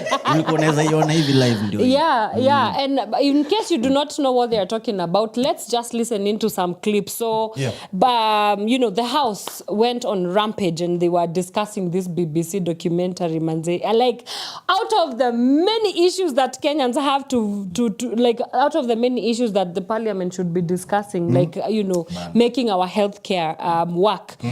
They are busy talking about a BBC documentary, but let's listen in. So we have Isaac Mwaura, the spokesperson of the government. We also have MP Mandera Abdullahi, and we also have John Kiarie, the member of parliament from Dagoretti. Let's listen to those clips back to back to their sentiments, and then we'll come back and react and respond. The BBC documentary that was aired, is really, one-sided because they didn't have a view of the government. Obviously and sincerely, we really send our most sincere condolences to the families of those affected. And we have IPOA on the cases. They have already issued a statement of the 60 deaths that were recorded. About 22 cases have been finalized, and there is more information to this that we shall be releasing as well, so that then these issues are being taken care of. And that is very important. However, it is true to say that also those who did the documentary should have sought government opinion on the same, so that they can be fair and balanced, and so that we can have a proper story that also shows the two sides of the situation. For example, they show a parliament being burnt, but they don't show who is doing it. And it's been run through our national media stations. And it captures or talks about the event that happened in June the 25th. A very sad day indeed. Tragic and shameful. Tragic in the sense that we lost lives of our fellow Kenyans. Shameful in the sense that democracy of the parliament was about to be infringed.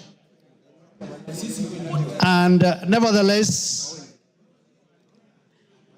it has come at this time, a time that we have really moved on. We spoke about that issue in this house, discussed it. I was serious, Mr. Speaker. The rider was saying that there is no way that a British officer can end up committing a crime in Kenya and not tried in Kenya. Mr. Speaker, the British Army Training Unit is known to have killed our people. They are known to have raped our women. They are known to have maimed our people. Mr. Speaker, they are also known for serious environmental degradation. And we understand, Mr. Speaker, even in media, that the BBC is funded by taxpayers' money in Britain, meaning that BBC is funded to push the foreign agenda of the British people internationally, Mr. Speaker. And so we must know, is BBC speaking as a mouthpiece of the government and the people of Britain? Or what is it that the BBC is doing?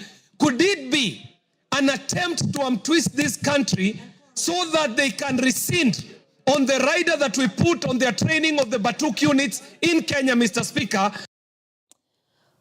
All right. There's so much to unpack there. Okay? So we will just go step by step. Let's start with Isaac Mwaura, the chairperson of government, all right?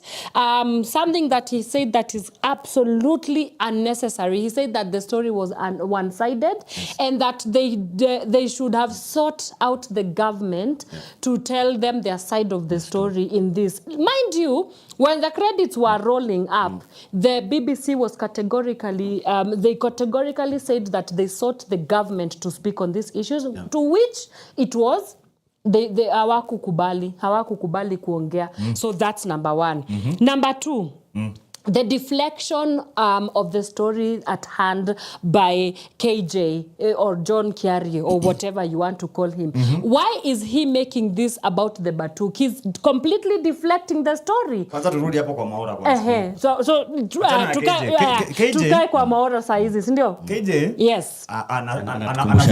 Tutakuja kwake. Anatukumbusha ridiculous. Anatukumbusha ridiculous by the way. Huyo tutadili naye baadaye. Let us deal with the one who is officially speaking for the government. Right. You see, we have a government that has a very good reputation of lying. A good reputation of lying. A good reputation of a bad reputation. Defending champions of lies. And the problem with them is that they have never taken any opportunity to correct that. Up to now, up to tomorrow. Lazima wadigizwe. Up to tomorrow. Hata wakithigizwa hata wadhigidhiki.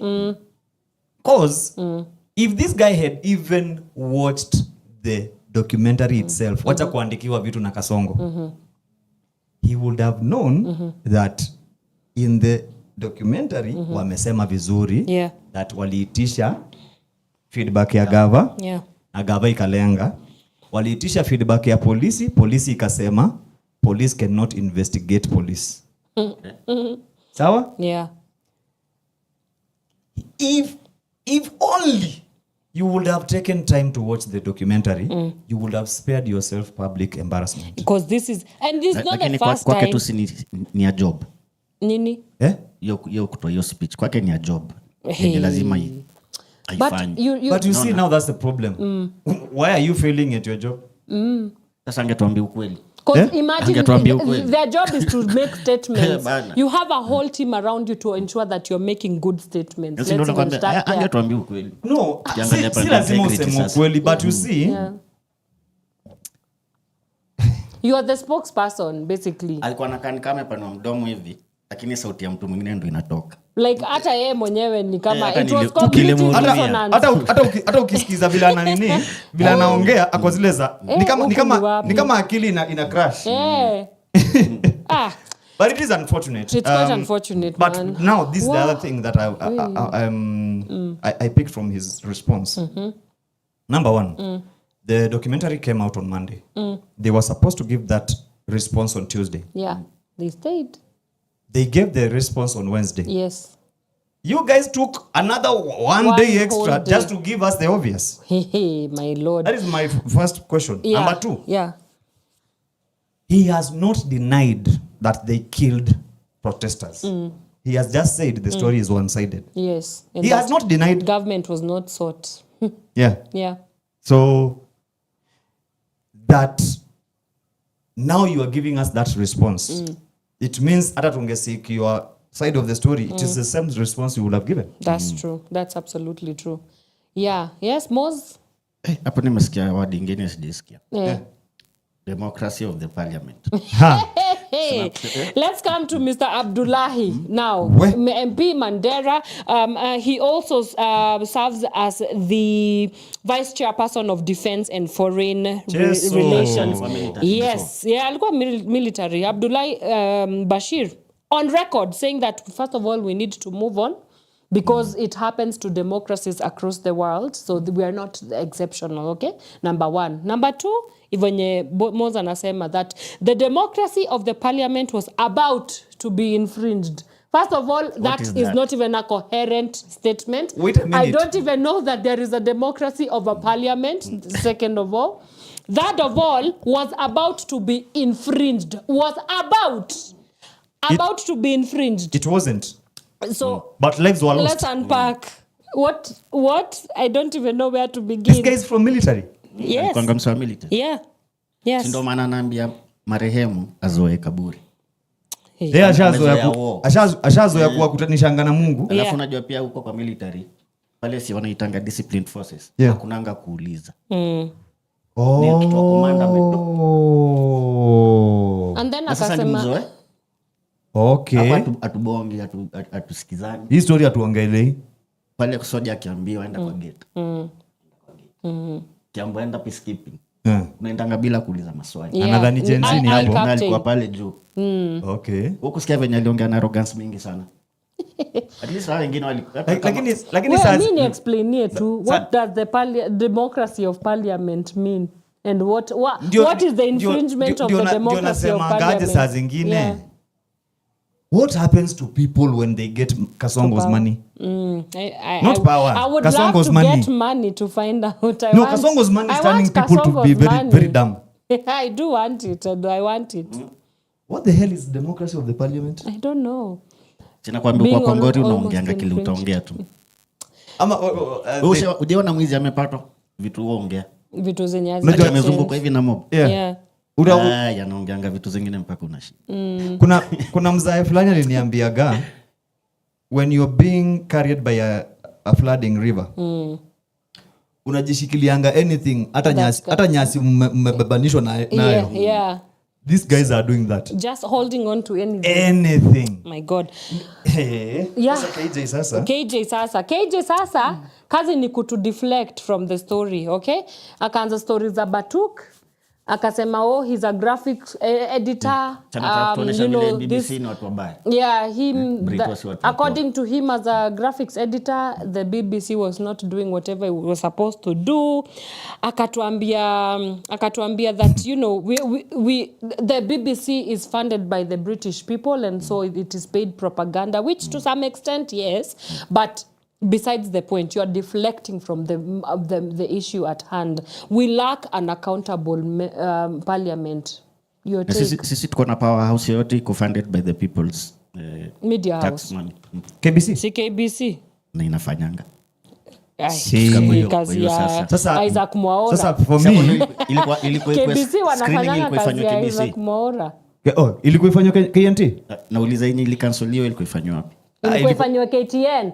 Which is also another conversation because walikataa. Sasa kama sisi ma taxpayer ya fund KBC, tunafaa kuangalilia KBC. Lakini sasa nikuulize. You see, kuna kitu moja inauma wase. Seeing taxes working. For democracy. They can't believe. Taxes should be in their pockets. You see? Niulize swali lingine moja rahisi.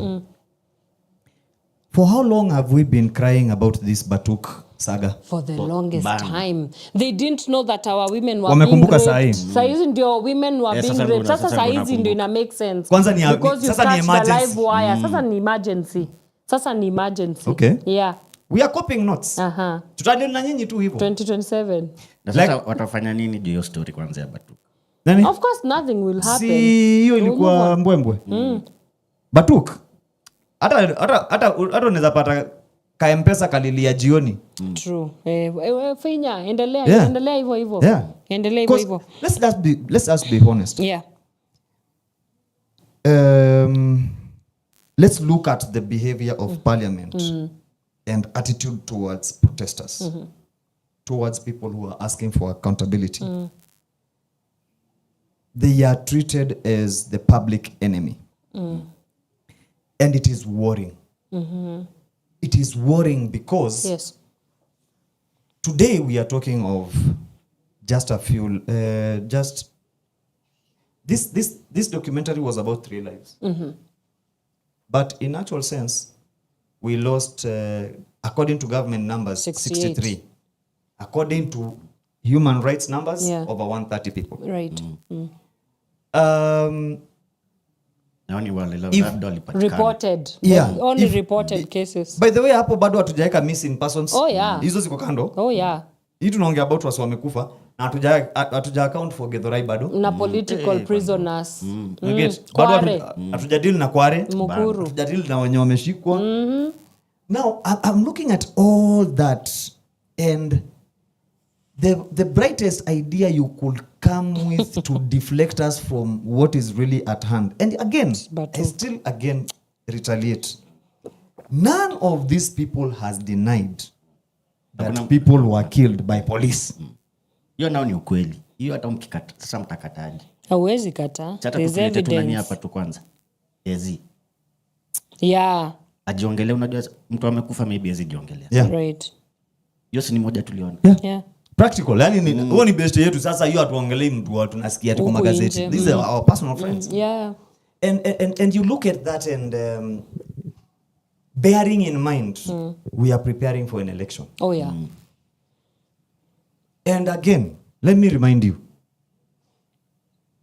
we have never experienced post-election violence when we are changing a president. We always experience post-election violence when a president is defending their seat. And unfortunately, in 2027, someone is defending their seat and they know it is going. So the kind of violence that they are preparing us psychologically, because if you look at Salasia was beaten, and no one has ever been held accountable for that. Yeah. Sawa? Yeah. It is a very worrying trend because from what I'm seeing, I'm just looking at the snowball. By 2027, we will have normalized violence. We will have normalized killing people. We will have normalized silencing people who are asking hard questions. Yeah. What kind of a country do they think we are going to allow them to spoil? Nah, Kenyans have to go back to the streets at this point. 25th na hiyo. Lazima tuingie street. 25th. This June. Na tunaenda tu venye tunaendanga. Placard, kitambaa white, simu. Yeah. Ipo tuone. Yeah. Because hiyo ni inevitable hiyo. Kusema tu kweli watu wanaingia street. Watu wamechoka nao mwaka moja. Hey. Oh, by the way, and let's not forget the fact that all this was about finance bill. Which has also been and now we have tabled. Another finance bill. Yeah. By the way, let me comment something about that. Wow. And I will draw your attention to something that happened in New York, while concurrently Kasongo was in China. So in China, this guy is talking tough. Lakini hiyo time Kinambadi na mbogi yake ya finance walikuwa wameenda kubeg IMF. Do you know why? According to ile schedule tumewekwa under kwa IMF, tulikuwa max out all the borrowing that we could get. So now they had to retire that policy to wekwe kwa a new mutaratara. And then the president comes back to Kenya and tells us when I think it was yesterday when he was attending this event, cooperative university, wakiekelea chancellor. Anasema wa Kenya waache kusema anaenda kuchukua madeni zingine. What else? Alijoina kutuletea deals za kuku. Malina kutuletea deals za kuku manze. Kuku gani bana? Kuku gani? Chicken farms and what not. Nakwambia raundi tutashiba machapo makuku. Tuangalilia hapa bana. Ametuangalia tumbokrasi. Bana tumbokrasi. I keep asking this question. Do these people really understand what ails Kenyans? I don't know. They are not living our life. They are not living our experiences. So no. Nikuulizaje umekuja umenijengea market because that is now what he is campaigning with. Hiyo market umejenga. The people in the economy cannot afford to buy stuff from that market. Who are you doing it for? Who are you serving? You are just doing tendering mali unaiba. Oh, and by the way, they come and then he launches the market that has been in use for 3 years. Yep. So let's take a quick break. We'll come back and we continue injecting. From sunrise to sunset, all day and night. Power Radio. Jata siezi karanga, uwe hae, shagala bagala. Niko tayari kulipa gharama, sitasimama maovu ya kitawala, sitasimama maovu ya kitawala. Ufisadi, ubinafsi, ukabila, kuuza sura wataki kuuza sera, undugu ni kufaana. Sitasimama maovu yakitawala, sitasimama maovu yakitawala. Hard to get wadhifa, una deserve bila kasha makashfa. Hii society Kenya wanaeza share ni nyungu ya busa ama ketol ya shisha. Mfuko zinasikia echo, unajua thamani ya mali na size ya kifuli. Eyo, ujaibiwa jua unakaa kitu worth, risking jail time, police bullets for. Unaweza argue crime doesn't pay, lakini huwezi dismiss justice in a bay. Mwizi ana 40 days, 365 days later anaendelea kugrow fatter. Do anything for power, ready to lose their head for presidency. Bora waione kwa currency. Sababu gani siko affected na turbulence? Nikifly angani nimezoea the same feeling, matatu zikipitia portal mtaani. Juliane, yeah, yeah. Niko njaa siezi karanga, uwe hae shagala bagala. Niko tayari kulipa gharama, sitasimama maovu yakitawala, sitasimama maovu yakitawala. Ufisadi, ubinafsi, ukabila, kuuza sura wataki kuuza sera.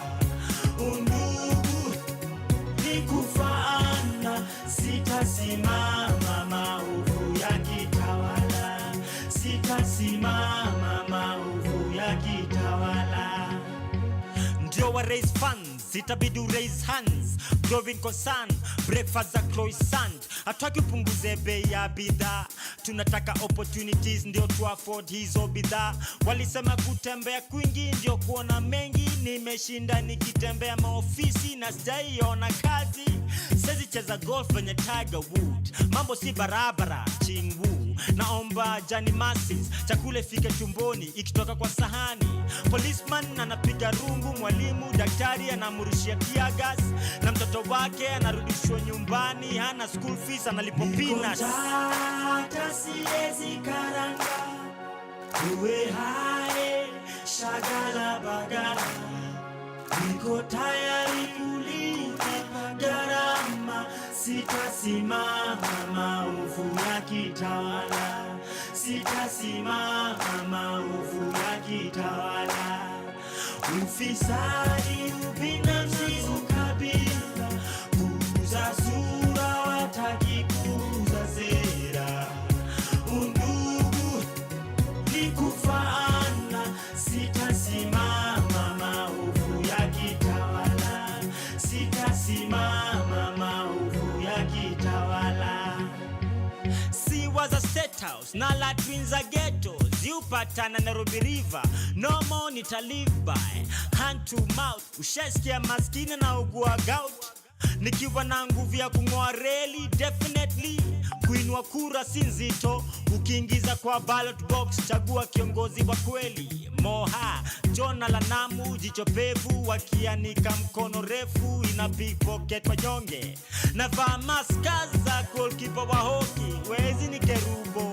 Kenya ni kama boxing, hakuna sub, work with what we have. Niko njaa siezi karanga, uwe hae shagala bagala. Niko tayari kulipa gharama, sitasimama maovu yakitawala, sitasimama maovu yakitawala. Ufisadi, ubinafsi, ukabila, kuuza sura wataki kuuza sera. Undugu ni kufaana, sitasimama maovu yakitawala, sitasimama maovu yakitawala.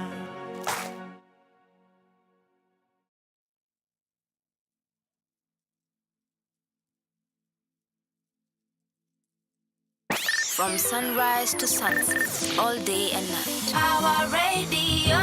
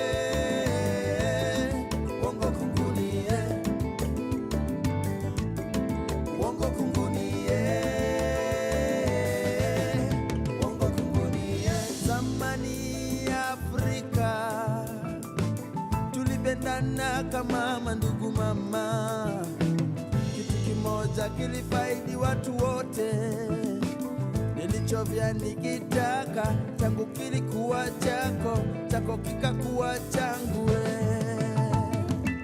Hadi uongo kunguni katokea, katutawanya, sasa tunajua chukie.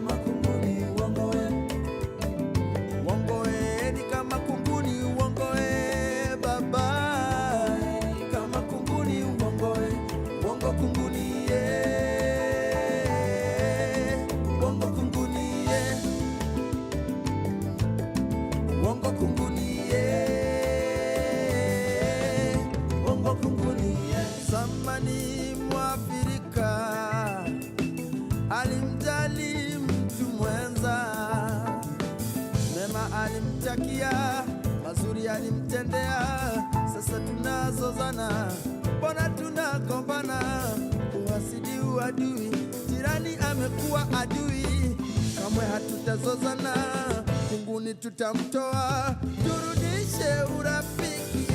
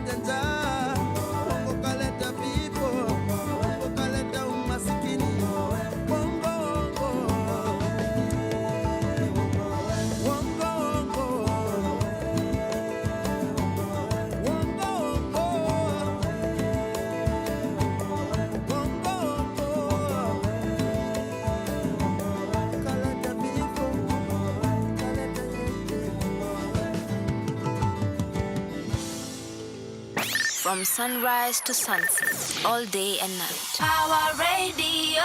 All right, waza Banaba. Bana. Yeah man, welcome back. That is Sarabi ako hapo hivyo na uongo, and it's playing right here on Power Rap on Power Radio, where it all happens. I'm still here with the gang. My name is Ann, DjCj Kenya and Elijah Mose. Na tunaendelea tu ku-inject. We are looking at this BBC story, this BBC expose. Blood Parliament maze. Like, what was your reaction? Kama umewatch, tuambie kama umewatch, and what came out of that whole entire black people music ngong locked. Yeah, kabisa. Route 111 muko hapa, tunawacheki. Thank you so much for finding time the Nairobi Morema. Yes. Yes indeed. Inakwanga na ni 13 ama ni 11 hills. What is Ngong? it? Yeah. I've never known. I really really want 11. to visit. Yeah, I want to really black visit. people music situambie manze. Tuchanueni. I think it's either 11 to 13 hills of Ngong Hills. Yeah. And there are people who've done all of those. Yeah, wanaenda two. Yeah. Let me tell you. In a day. These are Nairobi people's problems. Bro, mimi nimezaliwa kwa milima. Oh, so it's not I'm not doing hiking bana. Yeah, you are done. You done. I do this. That is my mode of transport. Nova. Watu wa Nova. I'm not doing hiking bana. Okay. Anyway, let's get back to conversation, right?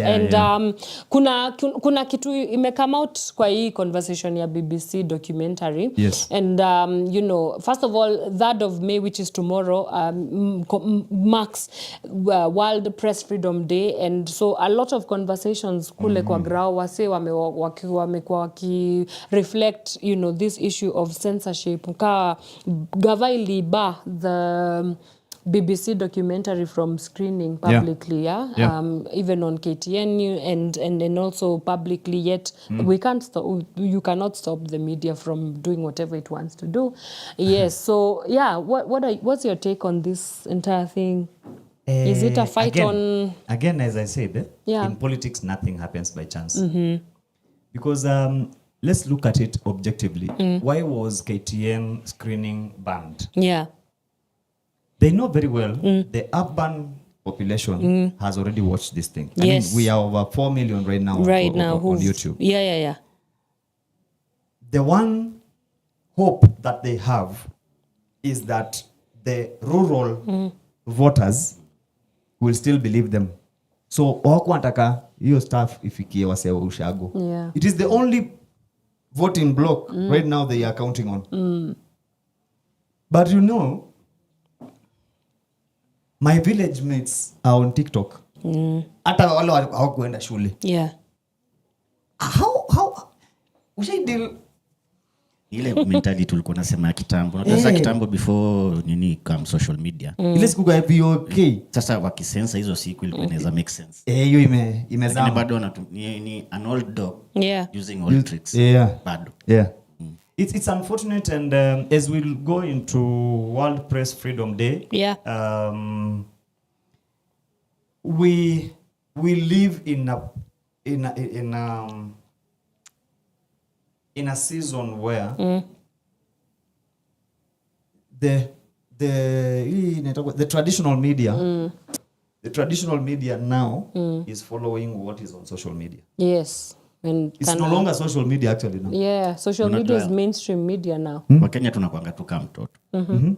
Ukinyima mtu hiki unajua ndo yutaka kuifanya zaidi. By the way, hawa si watakuwa wajanja. Ni kama ile wangeacha tu screen. By the way, can you sasa ndio tumesikia timu kwa si lazima utataka kuona. Hebu cheki kama Butere Girls. Turudi Butere Girls. Yes. Aya, Medihill bado ikatolewa na a foreign media house. Yes. Then BBC. Kimani Ichung'wah, Al Jazeera. Exactly. So it also speaks to something of our local media, us being part of it. Yeah. What's our problem? Our problem is most of our revenue comes from government advertising. So utaniunguzia alafu ukuje this kwa. Don't bite the hand that feeds you. Lakini mali kumefika sasa hii media mimi naona hata watambui. Sijui kama notice. The one kwanza unajua ile kitu ukiona media imefika hapo jua watu. Ndio sababu KTN advertising yake ya gava withdraw. Yeah. Kama kuna media house najua wame roll up their sleeves kudeal na gava. Yeah. Ni Standard. Yeah. Have you been seeing the headlines? They are setting the new standard. Yeah. Oh, a proper one. Yeah. And I think again, if you look at media, wameangalia the mainstream media wanaona watu tunaweza wakazia na do. Then wanatufuata social media tunaweza kazi yao na kuwa abduct. Unfortunately, miti zao zinateleza very fast. Ni kama miti za Kasongo zote zinapakwa oil. Ile siku ya mwisho wa nyani. Ndio hiyo sasa. Miti zinateleza man. Zinateleza ile hujawahi ona. So unfortunately I don't think they are going to win this war. Hii imeenda. But siniko sure pia wase wa BBC maybe waliwork na some local journalists. They couldn't do that without because it's not BBC. What they did, they just took material that had been captured by local journalists, protesters who are on the streets. So hawajadu kitu ingine mpya. Na by the way niwaulize. Mshai realize DCI ikitaka kufanya kazi vile sio wanajuanga kazi yao. Anakuanga very if they want. Wakitaka kupiga kazi. Wakikutaka sahi. Yeah. Kuna I went to Dandora dump site earlier in the week and I met the chairman of your place. The Dandora campsite dump site has a chairman. There's a whole city inside there. There's a population of over 5,000 people who live there. Around the dump site? Not around, who live there and work What do there. you mean? Alafu sasa kuna wale they live there. Hata watoto wa chuo. Actually the place I was visiting was ni watoi. Ni watoi wenye wamezaliwa hapo dump site. Wenye wanakujanga kusort takataka wanauza ndio wapate food. Okay. So the place I was visiting, they give them food for them not to go to the dump site to sort out anything. Yeah. Nilikuwa hii place inaitwa Jua Foundation. Yeah, so there's something the chairman told me. You always think you are always out of reach until gava ikutake. And then you know. I was just picking the Butere girls issue and the Medihill issue and BBC so that we can have a comparison. Yes. If you look at the BBC, Medihill, clearly kuna mse wa DCI alikuwa ameinvestigate hiyo kitu yote akapeleka all the information to ODPP and nothing ever happened. BBC, the same thing. Lakini ile time sasa walikuwa wanataka kuzuia play isikuwe nini? Play isikuwe screened. Kulienda aje? So basically BBC came to prove to us that we just have an unwilling government. Otherwise, hii kitu ingekuwa sorted. Well said. Yeah. Na nini will happen after the expose sasa? Now that's the next question. Now what? You see, there's James huyu wa Rita ananiambianga aje. What we do is advocacy. And in advocacy, change may not come in your lifetime. So it's in like a slow burn. Yes. In advocacy, what we keep on doing is keep planting the seeds of the right thing to be done. So kenye mimi nauliza. Yes. Tunaweza pata justice aje? When does the ICC come in? Ni after mtu ametoka kwa Pawa. Kwa Pawa ama unaweza chukuliwa bado ukiwa hapo. Naona nganika lazima mtu atoke kwa Pawa nini. Historically, if we study many countries, if we even study, the only one case yenye nishaona imeharakishwa of this nature ni ile ya Capitol Hill ya States. Historically, in many countries, these matters only they are sorted when we undergo another catastrophe.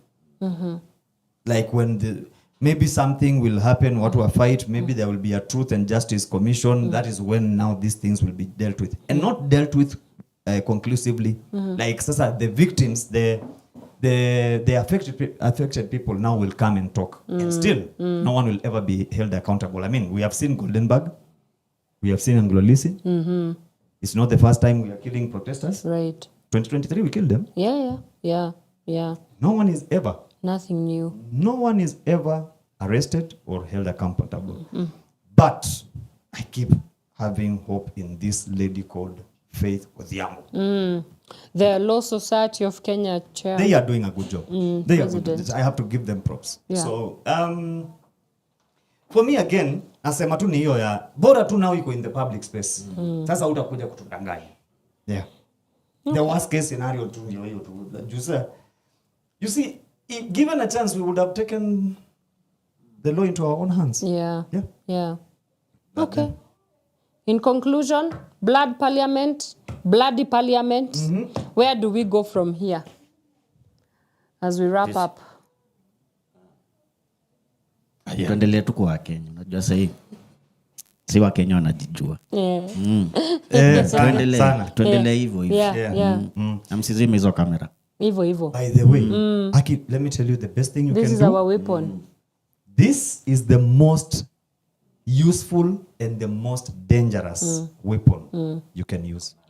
In now. Wanaweza tubania masimu wewe. By the way, usikiza ile katululu rudini stonage. By the way, did you hear Francis Atwoli's nini? Speech yesterday, yeah.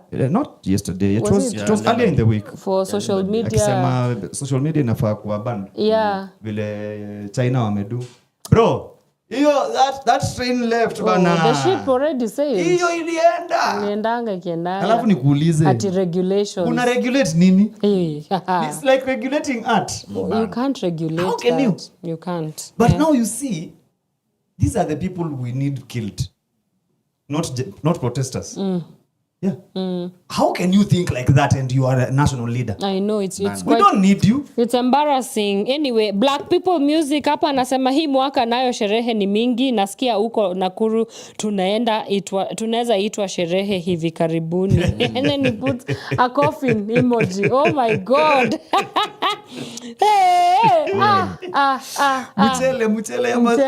Mchele ya mazishi ndio mmeanza kuotea. Bwana Chivani mazishi. Yeah. Anyway, as we wrap up the show, and thank you so much for everybody who was able to tune in. Yeah, na Black People wanasemaje? Pelekeni unlap asalimia ma ops. Hapo dam site. Hapo mtanipeleka? Oh yeah. I can take you. I've never been. I'm privileged to have security in the dam site. So there's just free fall. Lakini usiingia peke yako. Let me tell you, by the way, it's in my neighborhood. But you can't just go there. It has taken me over a year for me to organize this trip. Uko ndo umizi akikimbizo uingia. Inakuanga safe haven. Safe haven. And I hear there's a lot of politics also around the dam site. Ile pesa iko hapo ni crazy. Millions. Trash millionaires. A lot of money. And I was told ukienda this is the funny thing is mali exit ya boma iko. Tunaitanga boma by the way. Sijui kama ndio boma yangu ya nani? Ya Ruto. Mali exit ya boma iko. Police station iko hapo opposite across the road. Yeah. Ukienda kwa hiyo police station uende ukaripoti kitu imefanyikia boma anakuambia ngani aje endeni mmaliziane huko. Lakini imecreate employment ama exploitation. Crazy employment. Crazy. I was there. Wote ana do. Exploitation ama employment? Because you just said that children are also being exploited. Not exploited. Exploited. Anaenda kokota plastic. Yes, anaenda kokota plastic atengeneza job. Ni mtu ana do kwao. Hakuna do. Yeah, but still. So look at it this way. I'm very conflicted about that. Yani wajaandikwa kazi. Yeah. Unakujanga hiyo kudhora hiyo. Kunaitwa kudhora. So whatever you get, kama ni chuma, kama ni plastic, there's always a market. There's a market for everything. Mpaka carton. Dandora, there's a market for everything. Is there a market for you? Wewe uko soko. Tuingie hapo, is there a market for you? Uko soko? Acha tu mimi. I'm impossible to live with. Oh my God. As long as hujafika level ya Kasongo, I think niko na hope. Kuna hope. Sawa.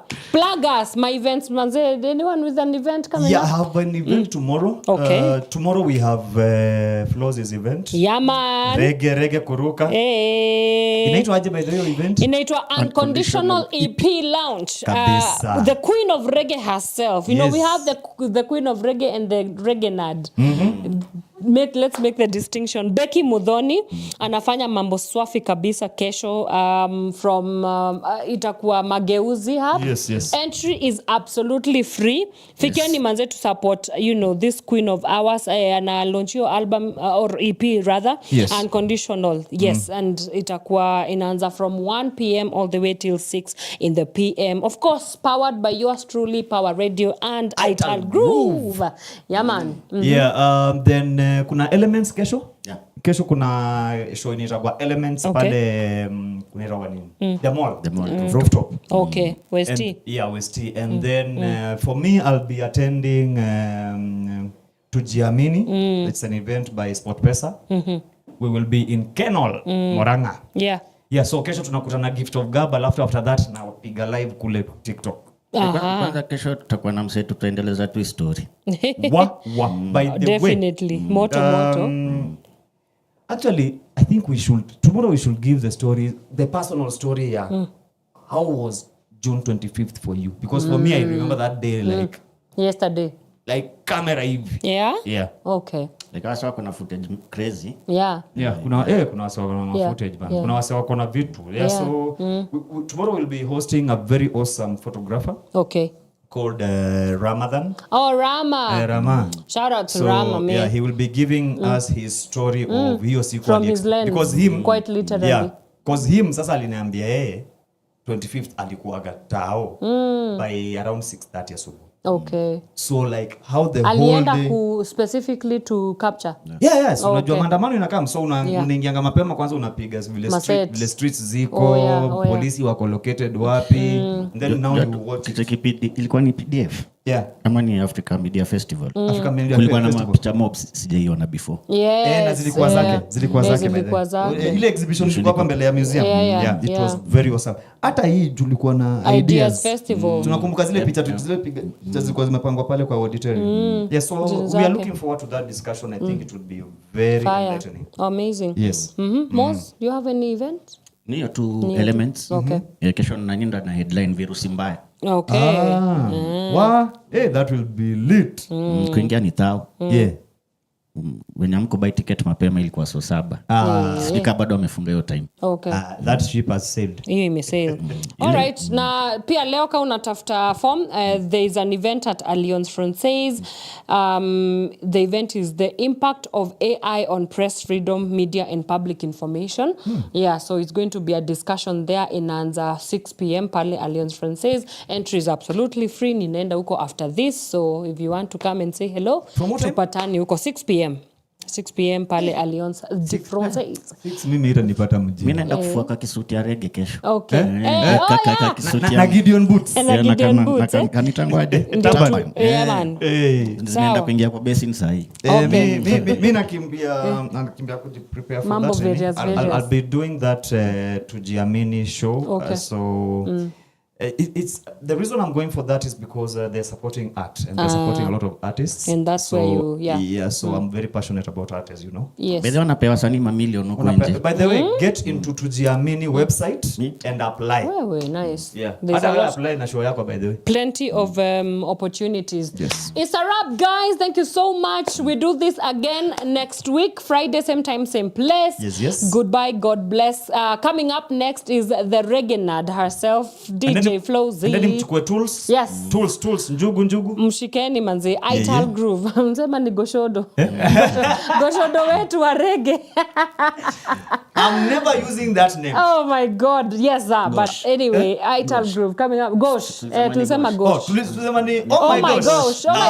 Yeah. I like that one. Our gosh is coming with Ital Groove from 4 p.m. to 6 p.m. Yes. Mshikeni manzi. But otherwise, signing out. See you tomorrow at Mageuzi from 1 p.m. Yes. Tomorrow from 10, Gift of Gab will be on air. Yes. Yeah. Alrighty. Yeah, so tukutane hapo tupige mob. Yeah.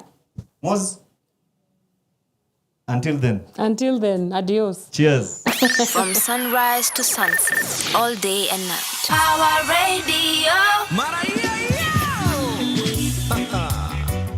You know what, one? South just responded rhythm, and I give you something live and that is okay. Soul philosophy upon the beat. Well on, people. Sugar, spice, and everything nice. Yeah. A beautiful hope and a beautiful wife. I got everything I need and I just can't deny. And these are the private spices of life. I say that these are the private spices of life. Cause I'm having a good day. I wash my troubles away. Cause I'm having a good day. I wash my troubles away. And I embrace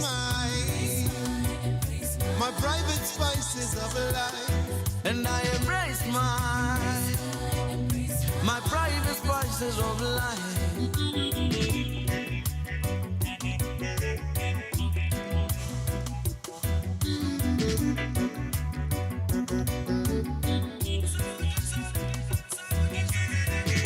Finally found my peace of mind.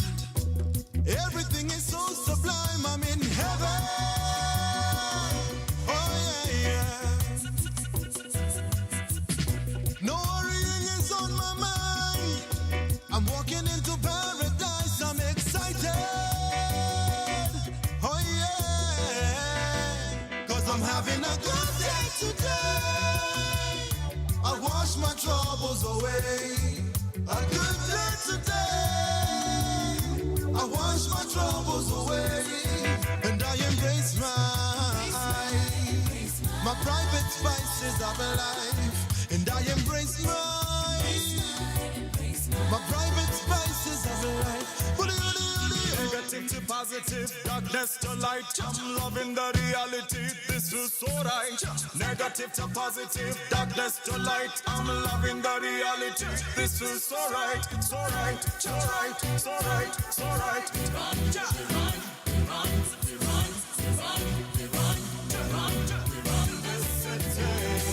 Yeah, you're gonna having a good day today, a good day, yeah. I wash my troubles away. A good day today. I wash my troubles away. I'm having a good day today. A good day, good day, good day. I wash my troubles away. A good day today.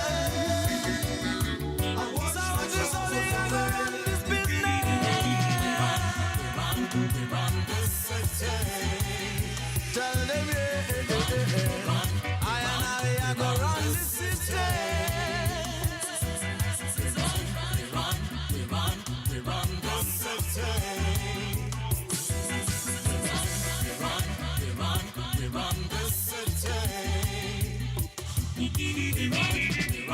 We run this city. We run this city.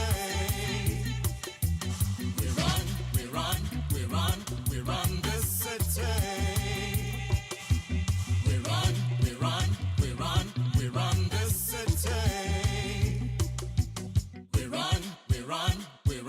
We run this city. From sunrise to sunset, all day and night. Power Radio.